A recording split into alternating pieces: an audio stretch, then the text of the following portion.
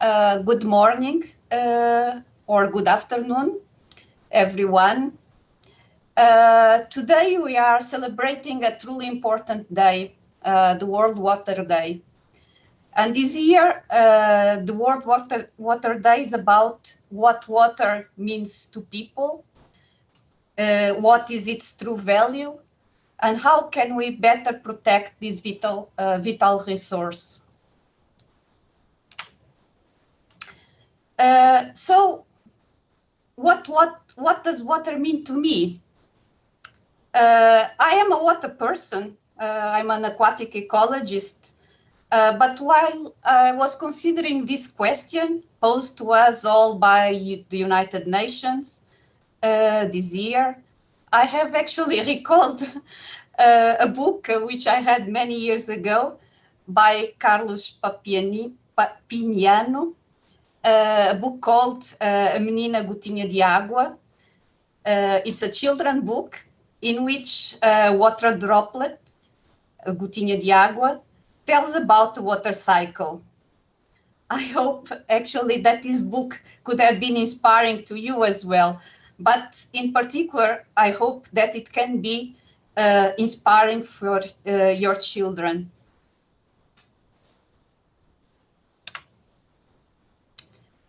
Given the importance of the subject and with particular reference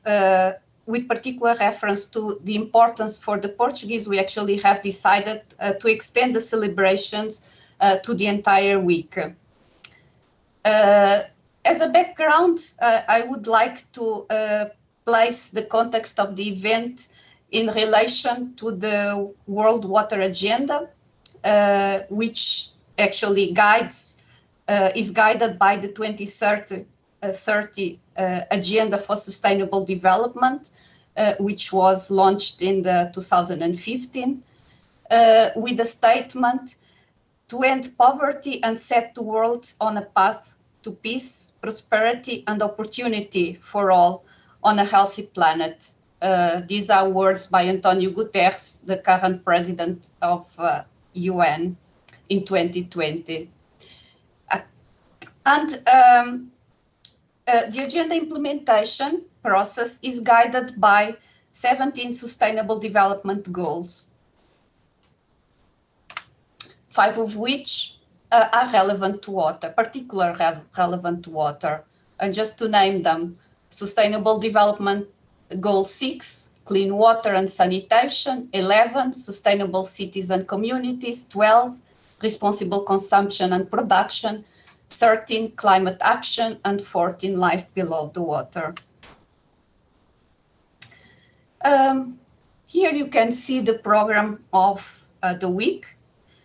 We have decided to allocate each day to celebrate one of these 5 different sustainable development goals relevant to water. You will find more information about the program for each of these days at the Portuguese semester website, which is here on this slide on the bottom right side. But today we will focus on Sustainable Development 6, Clean Water and Sanitation. And actually we invited 4 scientists to address it in relation to science responses to ensuring water and sanitation needs. Sustainable Development 6, Clean Water and Sanitation, seeks to ensure safe drinking water and sanitation for all, focusing on sustainable management of water resources, wastewater, and ecosystems. Sorry, here there's a little problem with this slide. You are not able to fully see the information in there, but I will at least partially read it to you. The Sustainable Development Goal Report 2020, which is on the left side, you see the cover page on the left side, brings together the latest data to show to us that before the COVID-19 pandemics, progress was already uneven, and it was not on track to meet the goals by 2020. Billions of people still lack water and sanitation devices. The report indicates a number of 2.2 billion people lacking safely managed drinking water. And actually, this report also overall concludes that additional efforts are required if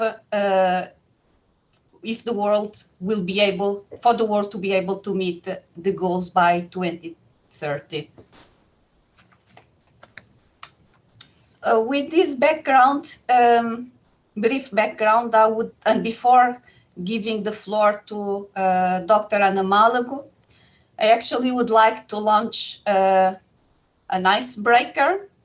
And so please, I invite you to go to Slido, www.slido.com. You have here the code, #water2for me, or use the QR code to answer one question that will give us some indication of where you are currently, from where you are currently attending this meeting.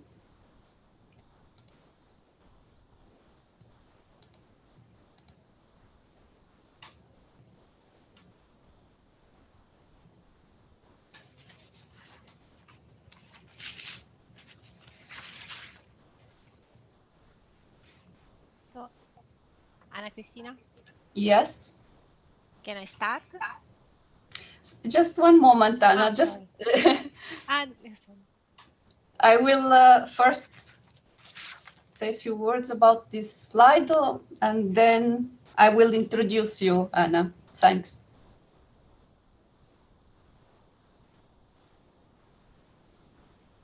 So the majority of us actually are, as was somehow to be expected, here near to the GRC, Ispra, northern Italy, Lago Maggiore, or in Varese.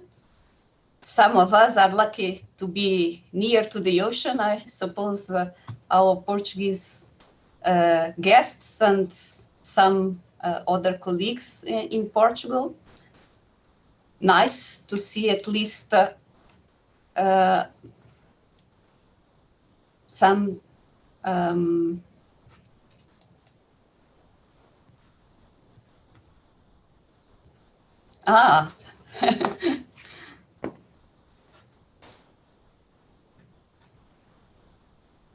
Thank you for these responses. Nice to see that many people from Portugal are attending this meeting. Now I would like to introduce Ana, say a few words about her. Ana Malago is a civil engineer, a civil and environmental engineer with a PhD in engineering science, and she has experience on the field of environmental hydrology, large-scale modeling of stream flow and nutrients pollution in surface waters, data mining, and statistical analysis. She is currently a scientific research officer here at the European Commission Joint Research Center in Italy, so Ispra, Italy. Anna, you can take the floor now, and thank you for accepting to deliver this presentation. Thank you very much, Ana Cristina. So, one moment that I share my screen. So, good afternoon, everyone. Thank you very much, Ana Cristina, for the introduction. So today I'm going to talk to you about our recent work on an analytical framework to assess SDGs targets within the context of the Wi-Fi Nexus. So in this presentation, first of all, I will introduce you the context of the research, explaining the reason to the focus on the Mediterranean area. Then I will move on to the aim and goals. Next, I will focus on the analytical framework, result and discussion, and finally the conclusion. So let's start with the introduction. You may have heard about the Wi-Fi nexus, but what does it mean? The Wi-Fi nexus describes the close interlinkages of the water, energy and food sector and how they depend and potentially impact the ecosystem. Indeed, think about to the fact that we need the water for energy, for cooling, storage, biofuels, hydropower. We need also water for food, for producing crops and animals. And we need energy for water to pump, treat, and desalinate, as well as we need to preserve our ecosystem that provide us essential services such as fish provisioning, flood protection, erosion prevention, as well as water for the users. So these mutual interlinkages define the water, energy, food ecosystems nexus. These are the pillars, and changing a pillar usually affects the other pillars and thus changing the whole nexus. The Wi-Fi nexus plays an important role in the achievement of the SDGs targets. Indeed, the success in achieving the SDGs is strongly related to ensuring the sustainable use and management of water, energy, food, and ecosystem. Thus, a nexus approach can improve these interlinkages by increasing the efficiency of use of resources, reducing trade-off, increasing the synergies, as well as enhancing governance across the different sectors. And this is particularly important in the Mediterranean region, that is one of the most vulnerable regions in the world, where we observe a large spectrum of problematic issues, from water pollution to the increasing demand for energy and food. So think about in particular to the strong interlinkage between food and ecosystem. In this area, the rapidly growing population and also the urbanization contributed to improve the nitrogen phosphorus pressure in the aquatic ecosystems and thus the consequent environmental degradation. For that reason, here the application of the Wi-Fi nexus approach will facilitate to alleviate these kind of issues and help the achievement of SDGs. So keeping in mind the future challenges in the Mediterranean area, the European Commission, the Joint Resource Center, the Union for the Mediterranean, and the Global Water Partnership for the Mediterranean joined forces to address the complex Wi-Fi nexus in the Mediterranean region and launched a call for collecting real case studies of Wi-Fi nexus practices. So what is the object of our work? The object was to assess if a good Wi-Fi nexus practice implemented in a real case studies produces a change with respect to the baseline that can result in a potential achievement of selected SDGs targets. In particular, we are looking at the potential achievement of SDGs target with regard to the sustainability from the perspective of economy, environment, and society. In addition, we would to quantify the magnitude of the interconnection of the nexus pillars with the SDGs and also if a balance between the different pillars is achieved or not. So among 50 proposals, we selected 29 case studies. They cover a different range of activities and technologies from a farm to national level. For instance, the installation of solar panels for a power pumping systems, the water reuse of second effluent from a wastewater treatment plant, the construction of desalination plants. In this analysis, we classify each case studies based on its main good nexus practice. The analytical framework is based on a matrix approach. So first of all, we selected the SDGs targets. Then, based on the expected judgment, we assigned a numerical value to each Wi-Fi pillars, a weight, corresponding to the magnitude of interconnection with the SDGs. Then, to each SDGs, we assigned a positive, negative, or zero scores considering how the Nexus solution contributed to a potential achievement of the SDGs. In addition, we are assigning also the economic, environmental, and social domain. So finally, we obtained three different matrices that we use to investigate the impact of SDGs potential achievements on economy, environment, and society, and also we evaluated the Wi-Fi nexus status. Now we can see some results.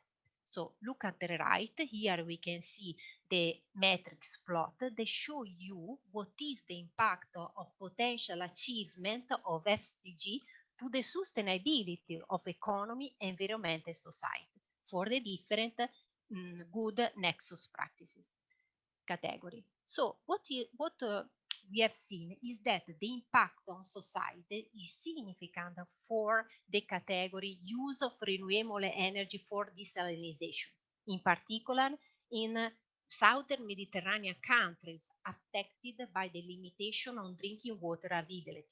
In addition, what we have also observed is that the use of clean energy helps in addressing climate change, ensuring healthy lives, as well as in preserving life in water and land, as well as providing clean water and sanitation. We have also seen that the category use of renewable energy for pumping and the use of renewable and the new techniques of irrigation have the lower scores due to the rebound effect. That means, in simple words, for instance, that there is an overexploitation of water resources due to the decrease of operational cost of the new technology.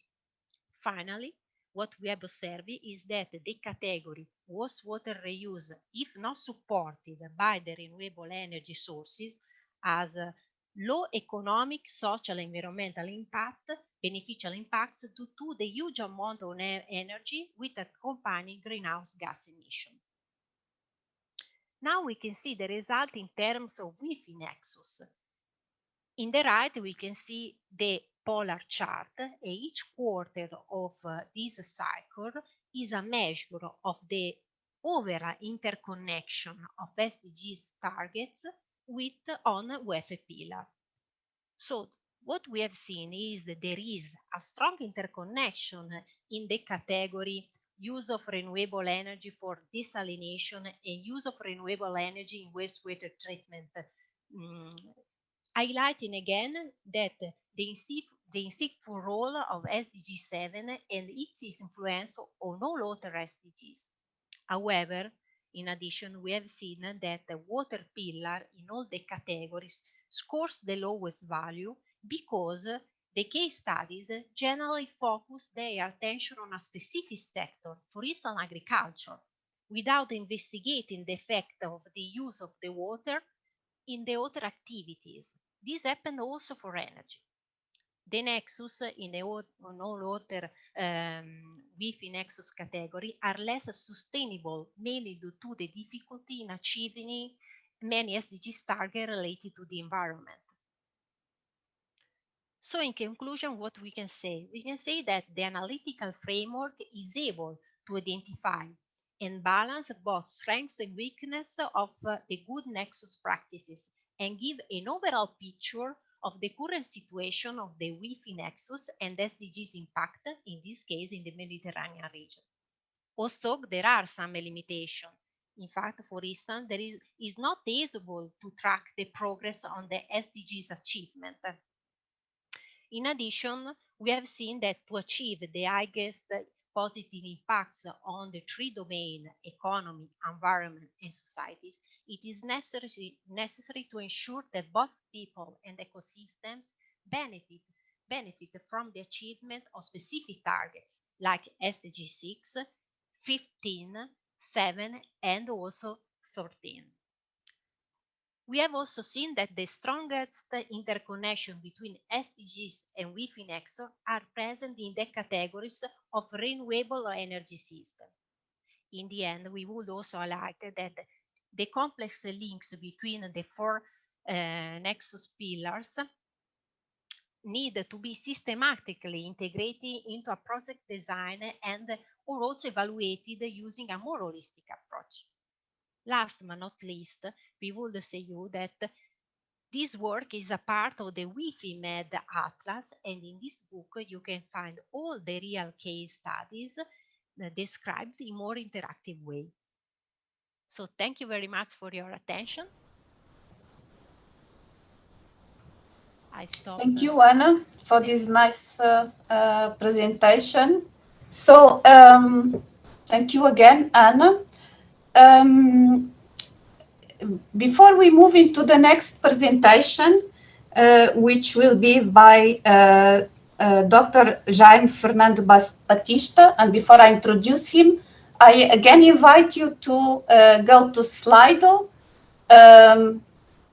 The address is here on the screen, together with the codes, and answer to our next question, which is what does water mean to you?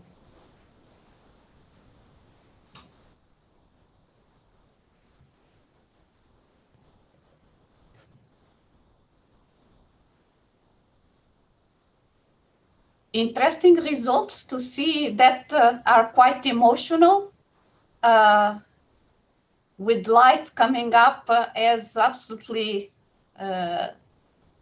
winner in terms of water meaning to each of us attending this workshop.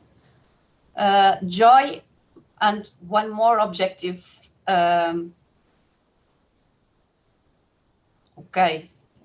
Drinking is appearing, which was a bit surprising to me not to see it as one of the important means of water to each of us, but it came through finally. So with this, I would like to introduce you to Jaime Fernando Baptista. He's an experienced professional in the water sector with 44 years dedicated to water supply and wastewater services. He graduated in civil engineering by the Oporto University and specialized in sanitary engineering by the New University of Lisbon in Portugal. He is principal researcher at the Portuguese National Laboratory for Civil Engineering, and he leads its sanitary hydraulics division and its hydraulics department. Currently, he is also president of Liswater, Lisbon International Center for Water, and he will deliver actually the presentation on about this about Liswater, so the Lisbon International Center for Water. So, Dr. Jaime Baptista, the floor is yours now. Okay, thank you very much, and good afternoon to everybody. It was a great pleasure to be with you during those celebrations. I will speak about public policy, regulation, and management of water services, and I will explain why we decide to create a new organization for those areas.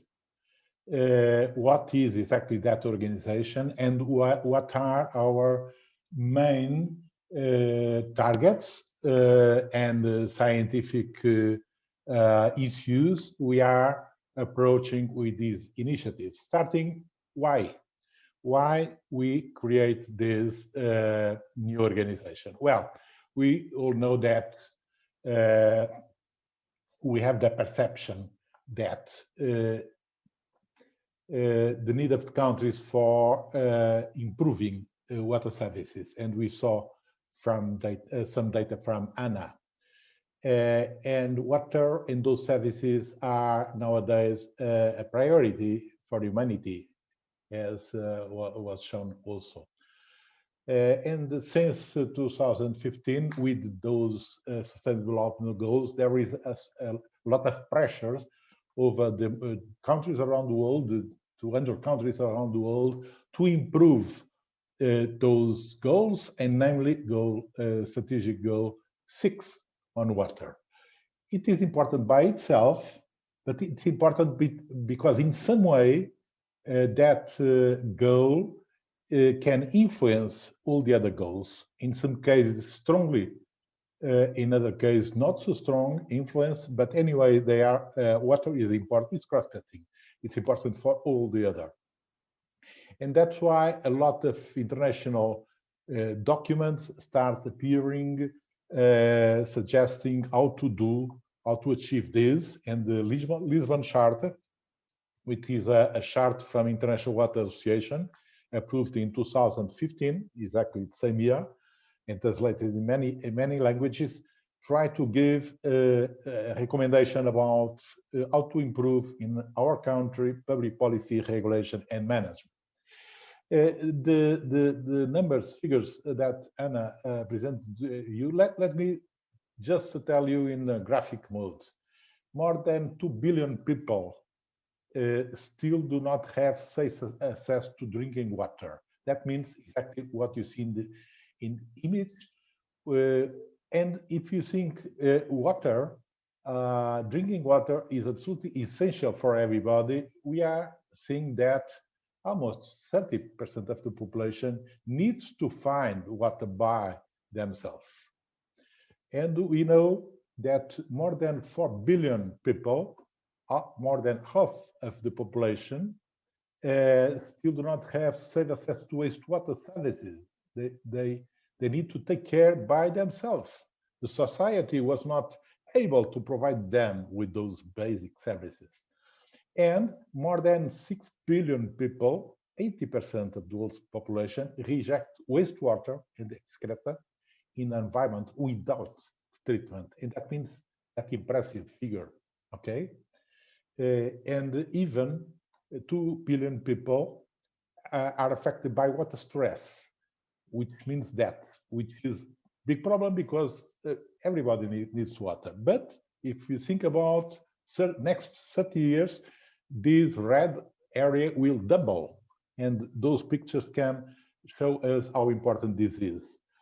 The solution, the reaction of the countries to this was to invest or try to invest a lot of money on that. But despite that, the results are really poor.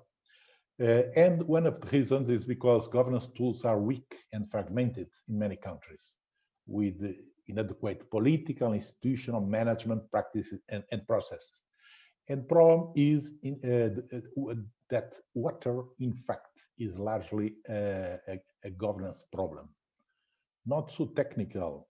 On technical, we need to proceed our research, but we have a lot of technologies. It's not so much economic.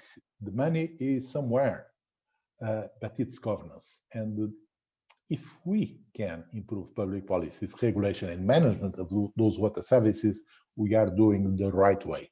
We had a fantastic experience in Portugal in the last 30 years, 25, 30 years, where we changed completely the country regarding those services. We moved from a very poor situation to a very good situation, we can say, in most of the components. This was done based on a strong political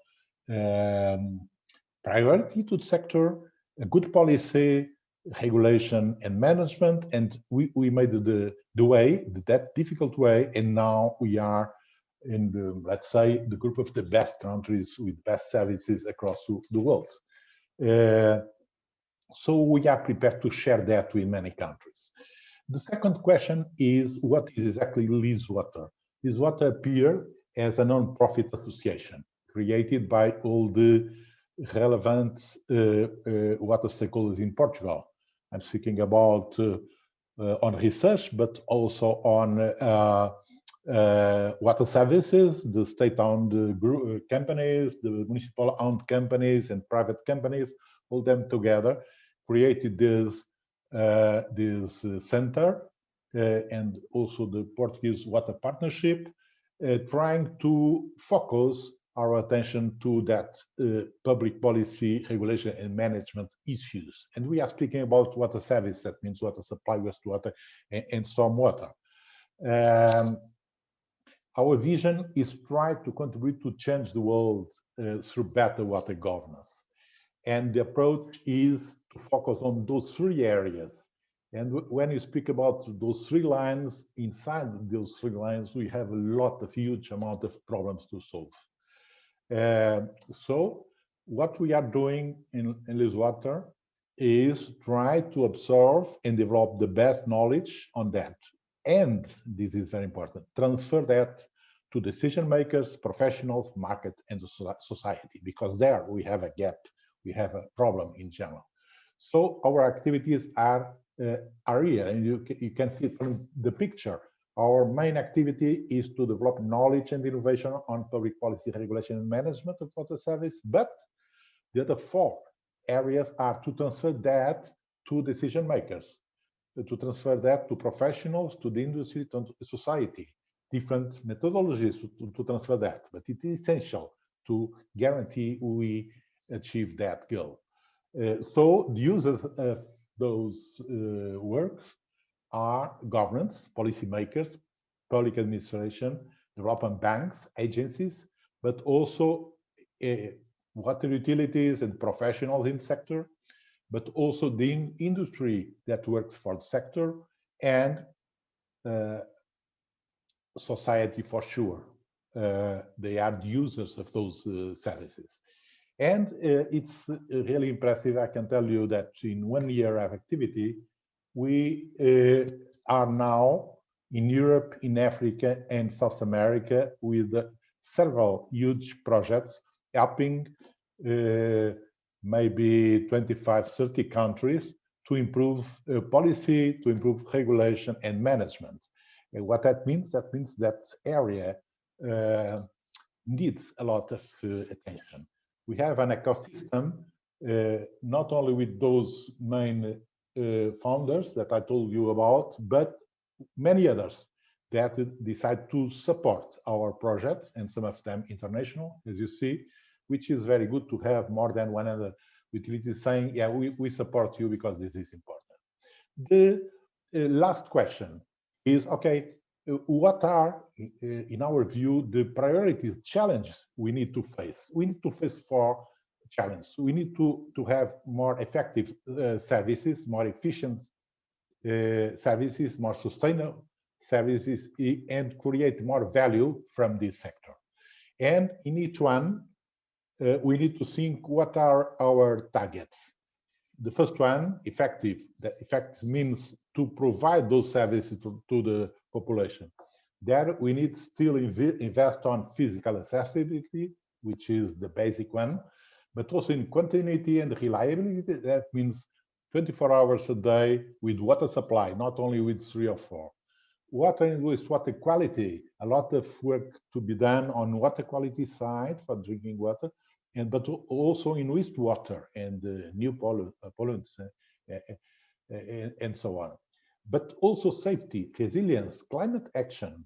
We need to be prepared for a lot of phenomena that can make our life very difficult and affect our systems. And we need to know how to approach that. Equity and economic affordability to make those basic services available to be paid by any family. And regarding efficiency, we need to improve governance and better organization of sector, optimizing the organization of sector, which is very effective regarding efficiency. We need to improve the organization, to introduce modernization and digitalization in the utilities around the world, which is a huge task. We need to help them so that they can more efficient allocating the resources they have. A lot of for just some resources, but they need to know where to put each euro. And for sure, water efficiency, water losses, very, very important, but also water energy efficiency and decarbonization. For sure, we can develop research, and we need to develop research in all those areas. But I selected those ones as very important regarding needs to more and more research. Water quality, wastewater quality, resilience, how to allocate funding, energy efficiency, the decarbonization in this sector. And the second group of priorities are regarding sustainability, economic and financial sustainability of services.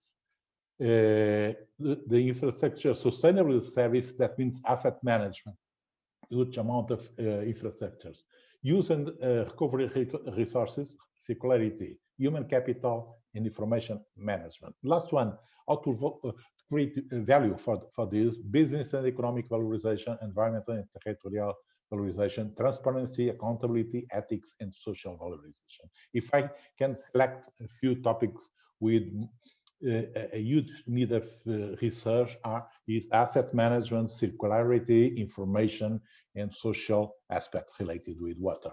So this is my last slide. Our activity is to challenge water knowledge and put it in practice to all stakeholders in the sector. Thank you so much.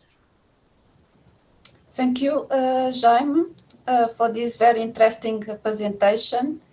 It's good to know that Portugal is doing quite a lot of nice work, relevant work in this sector, and it was very, very good that you were able to deliver this presentation, which I think will nicely complement also the discussion then of the panel, together with Anna's different angle of addressing the problem. So now I would like to invite Dr. Helena Alegre to deliver her presentation on leveraging innovation to meet the Sustainable Development Goal 6. It's again a contribution from the point of view of LNEC's contribution, so the Portuguese National Laboratory for Civil Engineering. And Dr. Helena Alegre has a PhD in civil engineering, and she's a senior research officer at the National Civil Engineering Laboratory of Portugal and director of the Hydraulics and Environmental Department. She's coordinating currently about 120 people as part of a problem-driven research team. Amongst others, she's member of the National Water Council, a member of the board of directors of the Portuguese Water Partnership, president of the advisory board of Liz Water, and a member of the follow-up committee of the National Strategy Plan for Water Supply and Wastewater and Storm Management for 2030. And it's not we had to shorten considerable her CV. She's also a member of international ISO and national standardization committees on asset management and on management of urban water service. So, Helena, we are very pleased to have you here, and the floor is yours. Thank you very much, Anna. Thank you very much to the JRC for the kind invitation of having this opportunity to share with the participants a little bit of LNEC's work regarding the innovation to meet the SDG 6. So a couple words about LNEC. What's LNEC? LNEC is the Portuguese National Laboratory for Civil Engineering. Is a state-owned institution founded in 1946. It's unique because it's very much multidisciplinary. We have a multidisciplinary perspective in civil engineering. We have innovative research and development supporting the best practices in civil engineering at a very broad sense, including related issues such as environmental issues, with a key role in advising the government as an unbiased and independent body. Inside LNEC, we have more than 30 thematic laboratories about very different issues.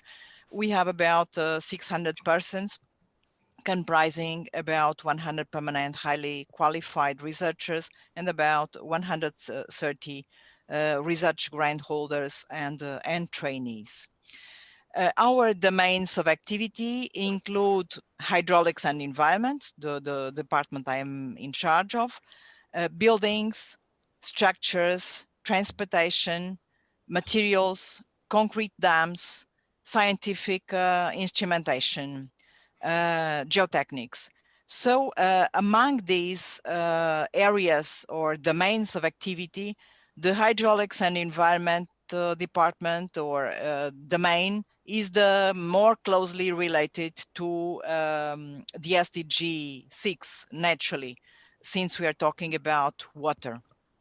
So what do? We cover the full water cycle from the natural side, river, transitional waters, coastal waters, but also the urban waters. So when I talk during this talk about urban water, I'm talking about cities, but I'm also including the urban rural. So I'm including as well the rural settlings.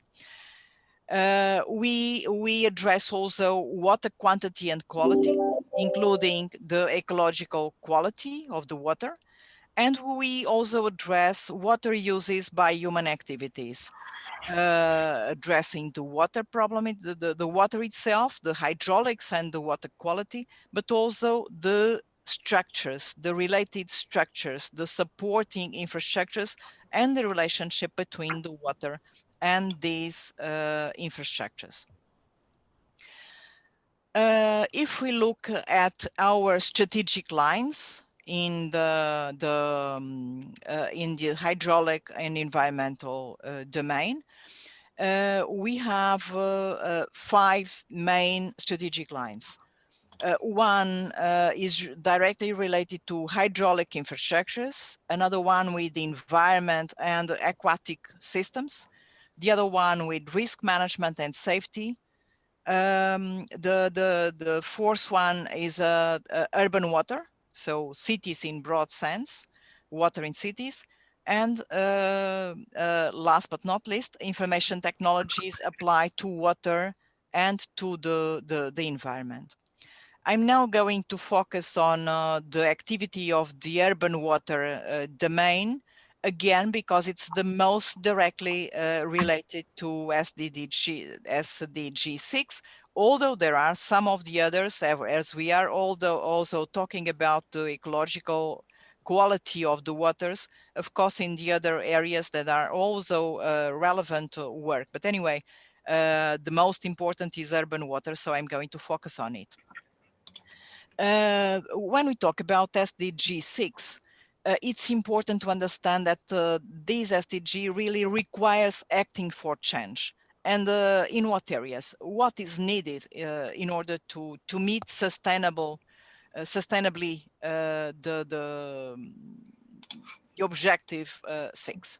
Well, first, we need capacity building, innovation, and co-creation. So it's no longer the time of creating, doing research isolatedly. We need to co-create and we need to transfer. We need to make sure that the organizations are have the due capacity in order to be able to innovate. We need to address circular economy and resource efficiency. We need to pay attention to adaptive management, promotion of change.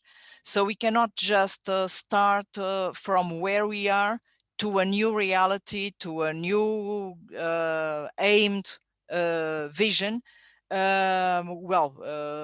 Disruptively, we need to create this adaptive management. We need to be to address responsible investments and water pricing in order to make sure that what needs to be done has a financial support. And we need to have to integrate water management into territorial management in a multi-stakeholder environment. We need to engage the stakeholders, and we cannot look at water management as it were an island isolated from the other dimensions of the territorial management. So to do that, we need to transfer to the know-how, the existing know-how, to the users, including methods and technology. And I'm talking about hardware, software, information, governance. We need to adopt integrated approaches. We need to look at the problems on a systemic and systematic way, multi and transdisciplinary. We cannot no longer look at the hydraulics as the discipline. It's no longer civil engineering as it used to be in the past. So we need to adopt integrated approaches. We need to change behaviors. We need to change practices. I'm talking about the researchers. I'm talking about the society at broad. I'm talking about the technical society, so to say, and the elected politicians. We need to have a responsible consumption. We need to think of the naturalization or renaturalization of urban areas, and so on and so forth. We need we have a portfolio of procedures and solutions directed to multi-objectives. Jaime already talked about the importance of infrastructure asset management, while addressing the balance between performance, cost, and risk. It's fundamental to have good asset management in order to be able to have this adaptive management in order to be sustainable, not only now, but in the future. And we need to bridge the gap in water management and in spatial planning. So here, this slide, I'm not going to read it in detail, by no means, but anyway, the blue means that you have links. So when you have access to this slide, to do the presentations, you can just press and get more information about each one of the projects that are mentioned here. So our main areas and ongoing projects or recently finished related projects that are relevant for SDG, the SDG 6, are under 4 main areas. One is infrastructure asset management, where we include the water networks, water and wastewater. We also address the treatment plans, and we have developed decision support tools based on a performance cost risk integrated approach. This is covered in a number of projects. Water and energy was already referred by Anna, for instance. And within water and energy, I would highlight the circular economy, the water losses and energy management, work developed about the behavior of the bigger consumers that often are low efficient. And also we are currently working in a very important, interesting hydro agriculture project, and also addressing energy efficiency in urban water cycle. I would call the attention, well, for all of them, but we have now Water Smart, which is an European project that addresses circular economy and is very broad, so it eventually it covers all the dimensions that were referred previously. Another area is related to reliability, safety, and resilience of urban water systems, where we cover the assessment and control of undesirable inflows in sewers. And we also have been working on the resiliencies, the resilient cities. So climate change adaptation and resilience, water-related resilience in cities. Finally, a fourth dimension has to do with water quality treatment and reuse, where again circular economy and water reuse is a very important area of research. Natural waters, drinking water and wastewater, conventional, advanced and nature-based solutions, treatment solutions, both centralized and decentralized, process development and pilot prototype demonstration, and also performance assessment and benchmarking of full-scale plans. Again, you have a list of relevant projects, research projects that we have developed or are still developing related to these topics. Now moving to the SDG 6 in particular and looking at the European situation. If we go to Eurostat and look at what is written about this SDG, we can see that monitoring the SDG 6 in European context focuses on sanitation, water quality, and water use efficiency. And we can read that the vast majority of the European citizens have access to basic sanitation and are considered connected to a secondary waste treatment. And the growth in the share of people connected to secondary treatment indicates that the implementation of the urban wastewater directive stated in 1990 had a major impact in the current situation. If we look at the overall situation in Europe, we can see just green areas pointing up. So we have a good situation overall. Again, if we look at the situation in Portugal that Jaime already mentioned, we can see that the curves from 93 to last year to 2019 is always growing up significantly. So we have a very positive evolution as well.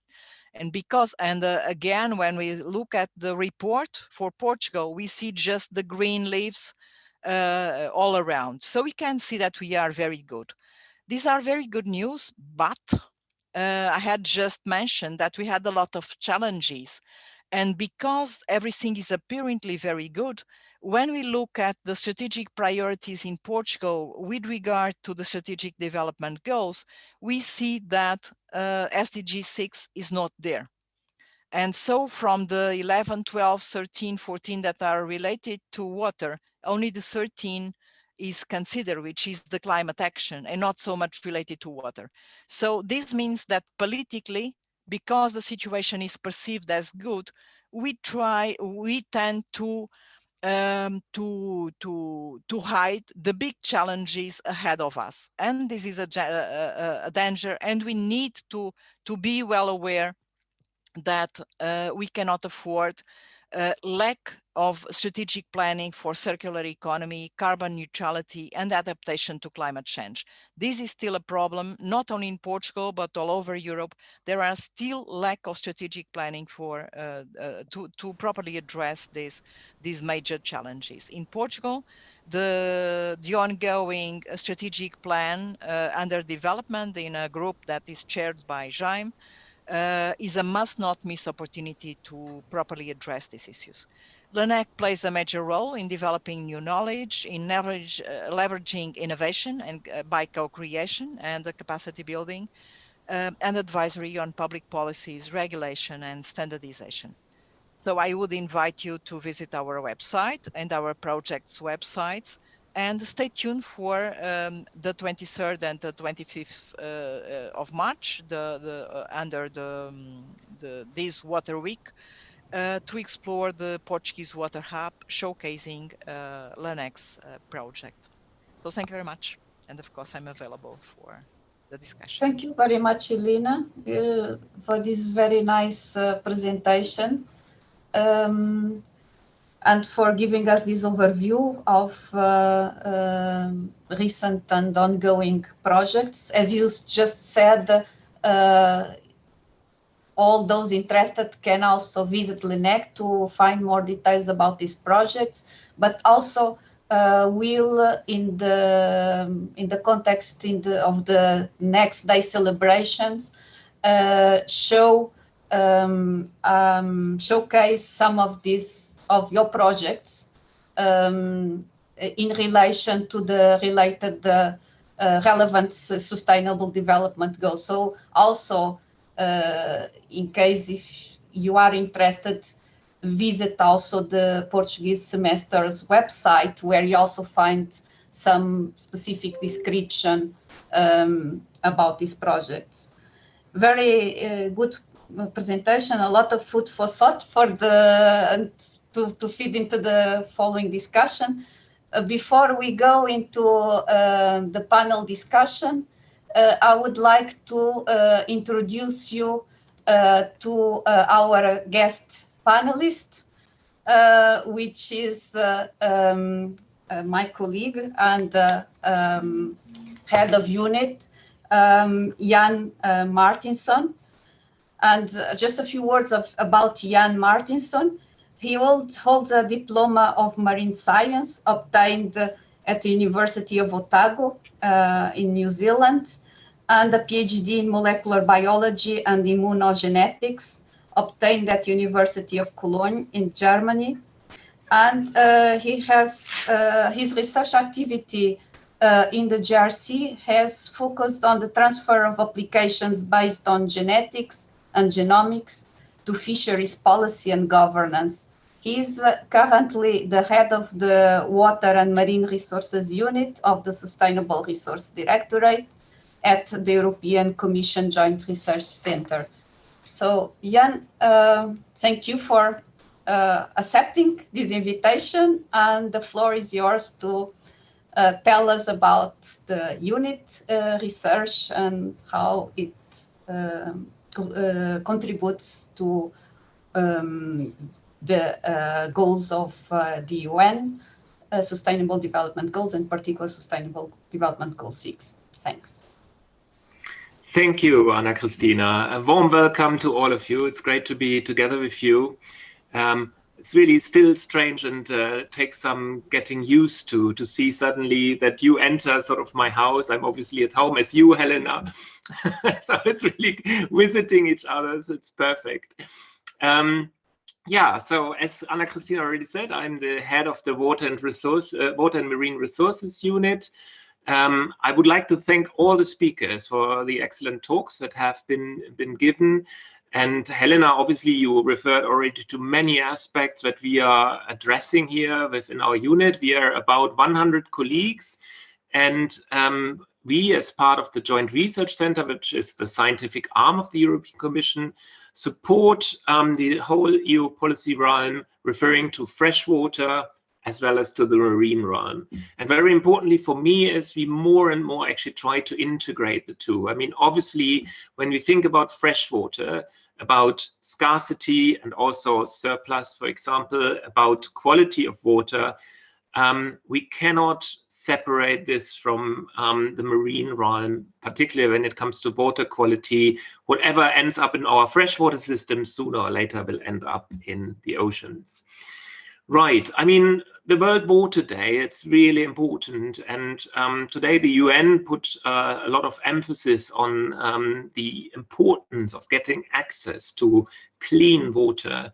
I mean, to imagine that 40% of the population actually has not this privilege, it's quite a scandal, I would actually say. And it is, of course, linked to many, many problems we have. One very eminent one is migration, where the Joint Research Center also works on. There's a direct link here. We have never seen, this is unprecedented, such a increasing and heavy move of people migrating around the world. And it is really also very much linked to conflicts, but also to the lack of access to the precious resource water. Well, we as a unit, as I already told you, I mean, really our main mission is to help the European Commission to develop, to implement, to monitor the implementation of EU legislation referring or underpinning the governance of freshwater. And what we do in concrete terms is, for example, we actually, I mean, Helena, again, you also referred to this SDG reporting. We support Eurostat in reporting towards the progress of the European Union what concerns Sustainable Development Goal 6. By the way, the Joint Research Center is also a very global project activity on the Sustainable Development Goals, which is really rather encompassing. And we do this by tapping into the policy advice that we provide. I would be tempted to say on a routine basis, but nothing is ever routine actually in our place, neither is it at yours, I'm sure. So we give really concrete advice to the implementation of the Urban Wastewater Directive, the Bathing Water Directive, Drinking Water Directive, and also, of course, the Water Directive to Cour. And also, and I think this is quite important, I mean, water is clearly nothing where it makes much sense to look within strict boundaries. So under the remit of the African-Europe Alliance, we also look very much into the governance of fresh water between different countries on the African continent, and also under the aspect of hygiene and sanitation. And altogether, what we really try to do is to give sense to this by a very encompassing but also holistic and integrative approach. So it's never that we focus on one EU legislation alone. We really try to give this a more holistic view. And Anna already talked about this. One of the most ambitious attempts we have at the moment in this respect is the Water, Energy, Food and Ecosystem Nexus, where we really try to get rid of this sectorial look at water and then on different sectors which are dependent on water. So we try to combine that to look into competition amongst different sectors with respect to need of freshwater resources, but also synergies, of course. In that respect, we will have, we focus very much also on the Mediterranean for several reasons. Obviously, I mean, all the problems we can think of when it comes to access to fresh water are probably emphasized in the Mediterranean region. We will have in September a very high-level international conference on the WFE Nexus, scientific approaches. And I really hope that this kind of line of thinking, where we will be able to carry that forward, and that it does not only make, but will make in future an even more important contribution to our understanding of how we can better govern our precious freshwater resources. With this, actually, I'm looking very much forward to the now upcoming discussion forum. I think this is always a highlight of any gathering, of any meeting. When we start to interact, we start to throw questions at each other and also hopefully answers. And I'm pretty sure we will get answers too. And with that, actually, thank you very much for being with us. I think it's fantastic that we have the Portuguese semester who hosts this event, who really gives the remit to this event, which will continue over the whole week. I think it's an absolute fabulous occasion and really nice that we can do this, honoring also the Portuguese presidency at the moment. This is really great. So thank you very much. And with this, Anna Cristina, I give back to you. And I wish everyone a great continuation. Thank you, Jan, for these nice words. And I hope that you will be able to stay for some time in the panel. I know that you are... But I have to, as you know, I have to move to the next meeting afterwards. I actually would like to start with a question I see from our audience. And the question is from Sandra Caldeira. And it's a question related to our Portuguese guests in particular. And she is asking, what are the health-related stakeholders that Liz Water works with? And what are the synergies? What synergies are being explored in that context?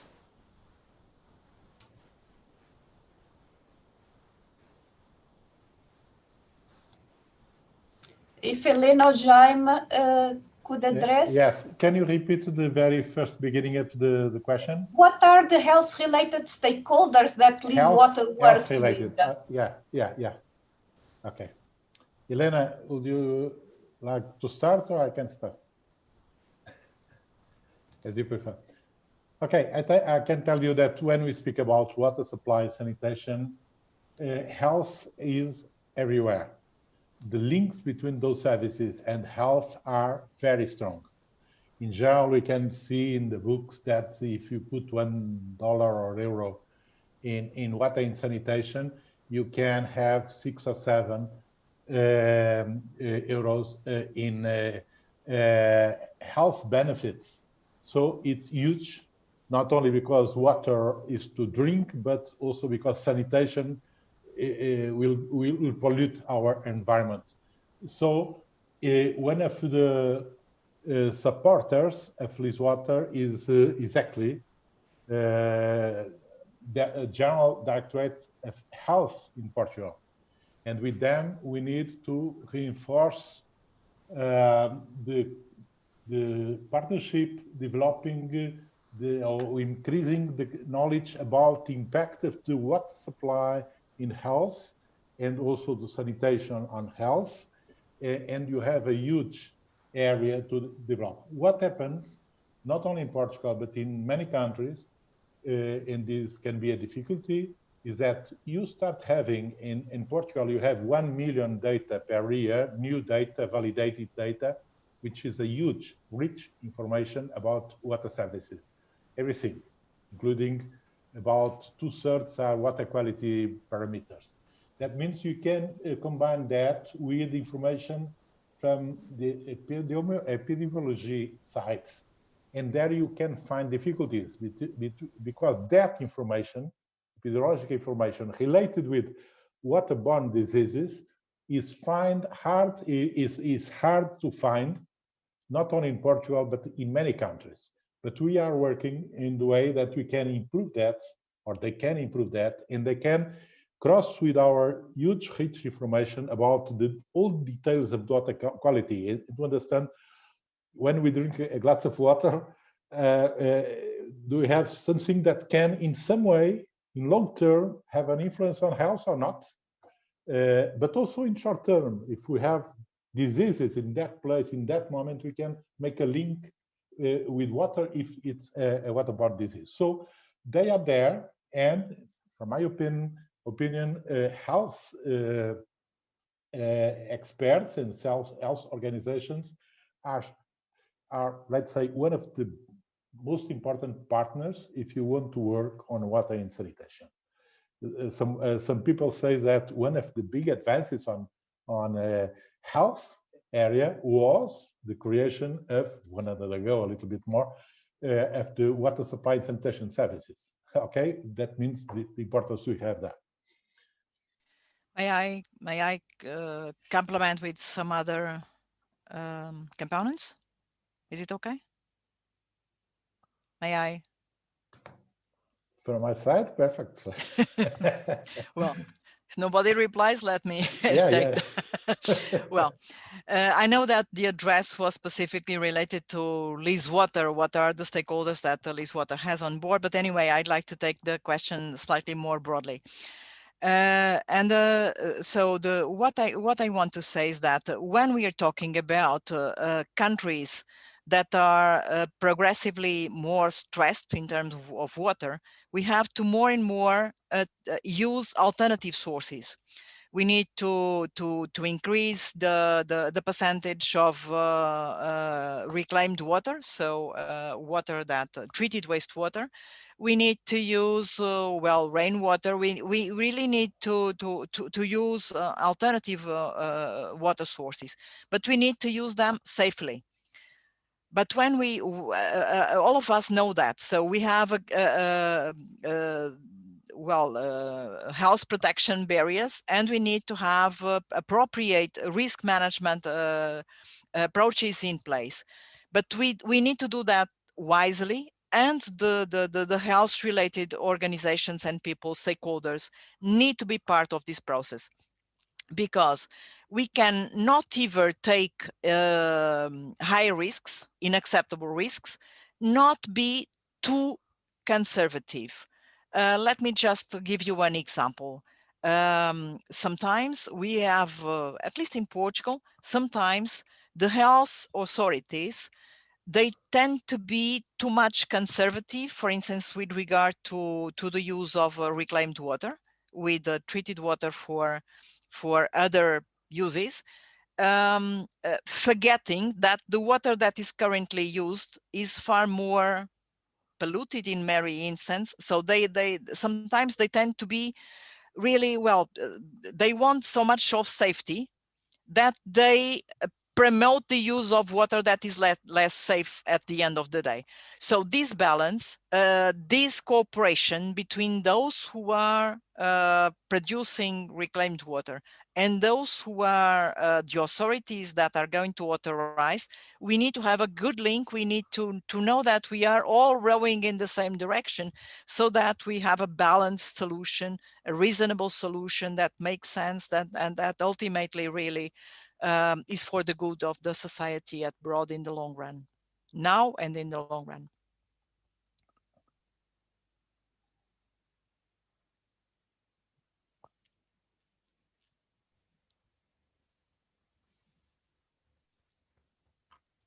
I don't know if Ana Cristina is having some problems with her PC. Ana? Okay. She's not. I see another problem, another question, that is how digitalization of the water sector can contribute to reducing environmental damage. Well, first of all, I might perhaps call the attention, a moment of publicity, if I can say so, of the Digital Water Committee of the International Water Association, that is addressing this digitalization in a very broad sense. And so I would call your attention for the work that this committee is producing in many different regards.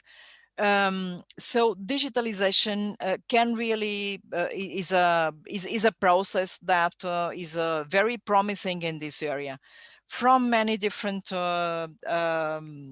perspectives. First of all, transparency in information. So publishing the information that is being generated by different bodies, and making it available for the society at broad and for the different stakeholders involved. So transparency, availability of reliable information is clearly something that the digitalization process will help benefiting the environment naturally. Another aspect that I think is growing very fast is the proliferation of low-cost sensors. So we are evolving technologically very fast in terms of having low-cost sensors. This will bring access to information that really didn't exist or doesn't exist yet in many aspects.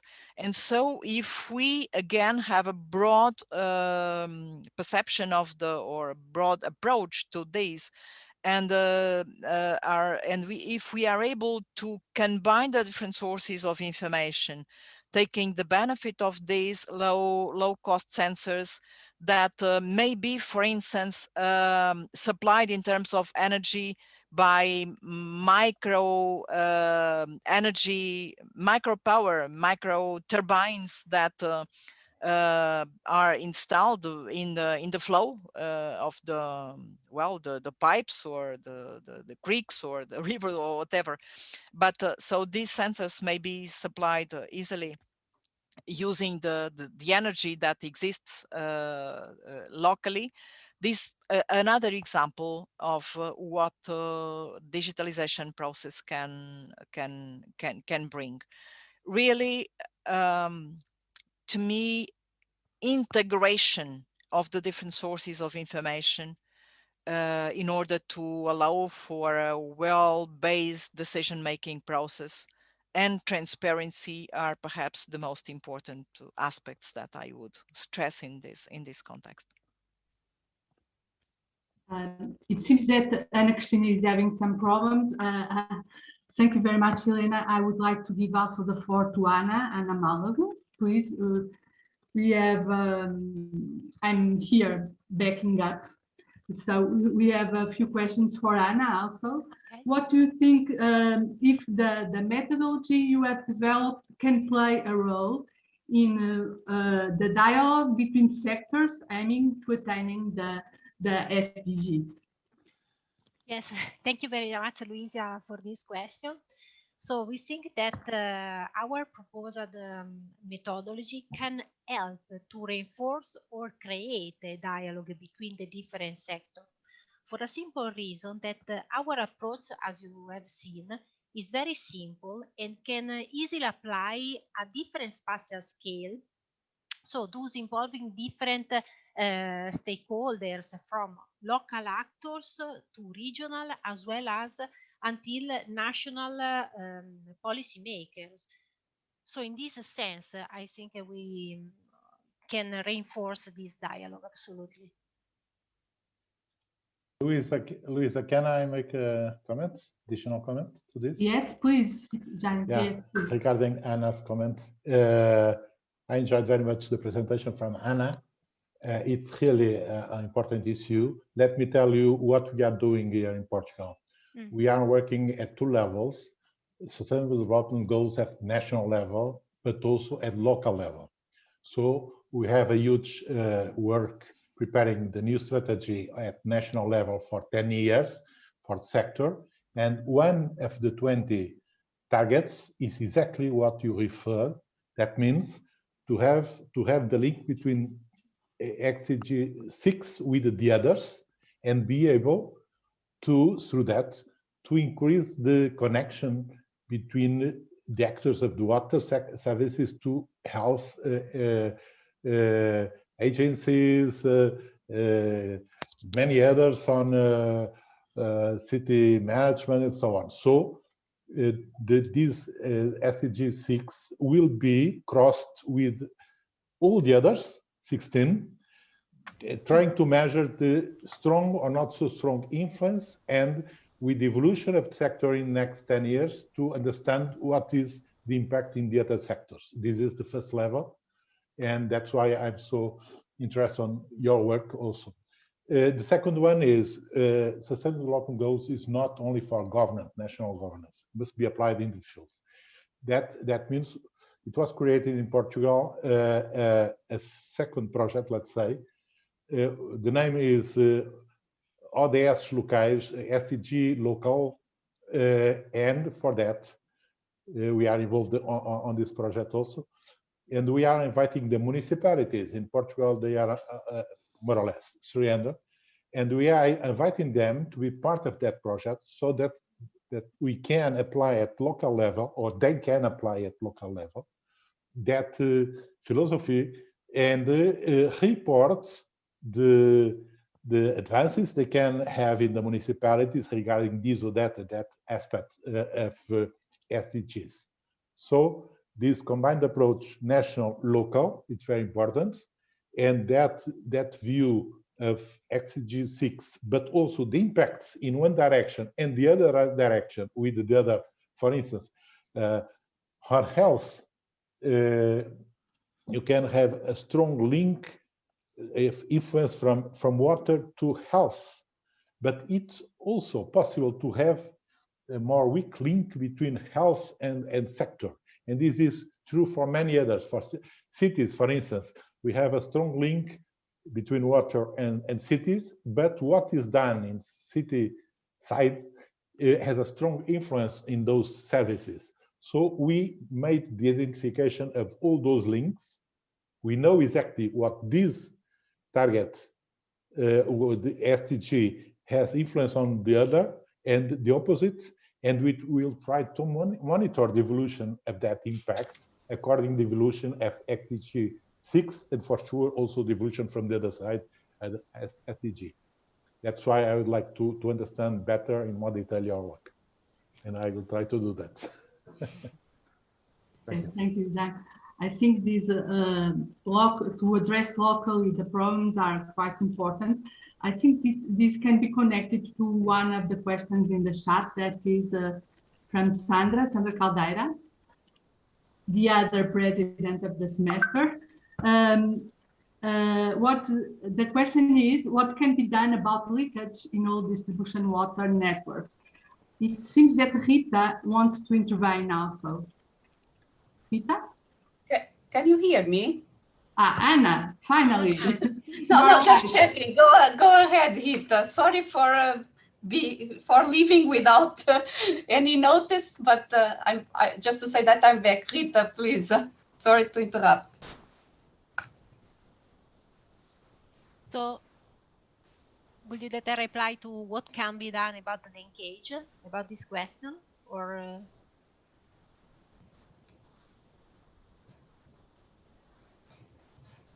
Luisa? No, we cannot we hear have you. No sounds. We cannot. Maybe Helena can answer this. Yeah, I can. I would like also to say a few words. But okay. Thank you. So a lot of things can be done about leakage in all distribution networks, and this is work from LNEC for the past 30 years, and so it's something we are very familiar with. I would perhaps saying that to address leaks, what shall not be done is to look with a device, with an equipment that detects leaks, and go to the detail instead of having a broad approach to leaks. Leaks is part of the management, and so we need to address leaks as part of the broad management. We can never forget about what are the objectives of the organization and look at the leaks as part of it. So we have been working in this more integrated approach to leaks, to water losses and energy together in order to address leaks. In practical terms, if we are talking really about leaks, one of the things we have, one of the tools is to play with pressure, to see whether we have room to decrease pressure if we have excessive pressure. So this is a quick way of reducing the leaks. But of course, if we don't repair, if we don't rehabilitate the systems, the pipes, of course, we are not going to sort out the leaks.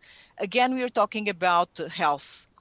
We forget often that when we have higher levels of leaks, we have a much higher risk in terms of public health.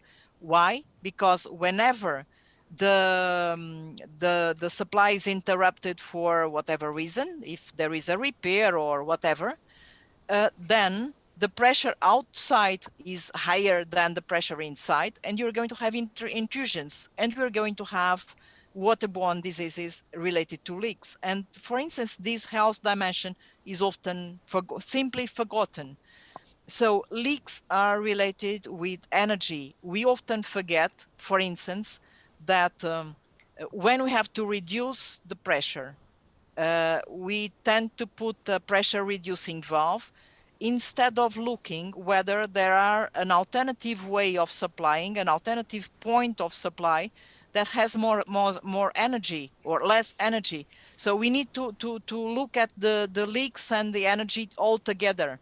We need to understand when we look at a cubic meter of water, as we pay just the cubic meter, regardless of the energy embedded in this cubic meter, we tend to forget that the value of the water, if the water is located here, is a higher value in terms of energy than the water is supplied here. And so we need to understand the value of the water, not only as the cubic meter and not the quality, but also the energy, the potential energy embedded in this cubic meter. And if we address the leakage, taking into account also the energy embedded in this cubic meter, we will be able to address leakage in a much more rational and save a lot of money, save a lot of resources, and do a much better job. Okay. Thank you. If I can complement, yes, Luisa? Yes, please go ahead. Okay. For sure, water efficiency or water losses are very important, must be approached together with energy. And what we did in Portugal was 20 years ago that Lady Helena created the first clear concept of what are, how to measure, how to monitor that. That work 20 years ago was the basis for a huge evolution in that approach in Portugal and many other Jaime, countries. Helena, Jaime, Adriana, but Rafael, Helena was, a big team, a big okay, was, Portugal yeah, and international team.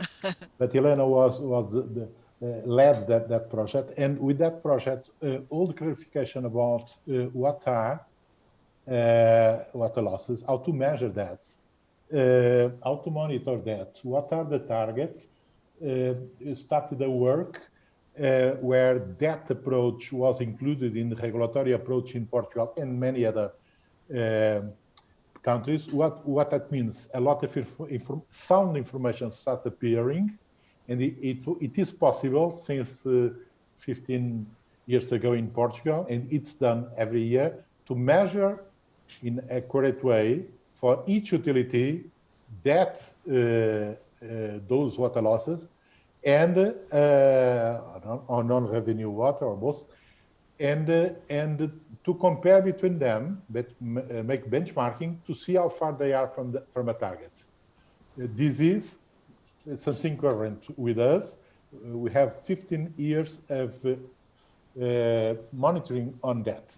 About the action, what to do, we have two levels. So you need to take care about the problem you have today in your street. Water is flowing from the pipe. And for sure, there you need to have action, immediate action, and there you can introduce new ways to act. For instance, new contracts, performance contracts, that can be a very good option for utilities to find someone that helps them to solve the problem without risk, because if the provider do not reduce the water losses, do not win anything. So a performance contract is a good way to solve in short term. But as Helena said, the long term is essential. To have asset management approach is the solution to solve water leaks in the future. And that means a lot of analysis, a lot of rehabilitation investments during across all the period we are planning for. And from that, you really solve the problem there. Thank you. Choosing the right priorities at the right timing, knowing why you are having a given decision in a transparent way. Thank you. I think we have to put a full stop to this meeting, I'm afraid. I want to thank to all the presenters and attendees to this meeting. A lot of interesting information was shared by all the presenters. I recall some of the words from some of the presentations or that were common to the presentations. I will mention them: acting for change, co-creation, innovation, circular economy, adaptive management, the need to consider the problematic into an integrated territorial context and integrating also multiple stakeholders, and the needs of knowledge transfer. So there was a lot of information for informing a discussion that could last for the rest of the afternoon at least. But this was just an appetizer, and I'm sure that today many of you are also participating to other initiatives celebrating the Water Day. Unfortunately, I cannot share my screen because I no longer have the rights for that. But I would like you to challenge you to continue following us. the celebrations of the water under the Portuguese semester. And in particular, I would like to highlight tomorrow's day, which will be dedicated to sustainable cities and communities, Sustainable Development Goal 11, and where there will be a showcase of Portuguese research projects connected to this research goal, and in particular those of our guests today from LNEC. So thank you very much, all of you, for your attendance and participation, and have a good World Water Day. Thank you. Thank you, Thank you very much. Christina. Thank you to all. Thank you.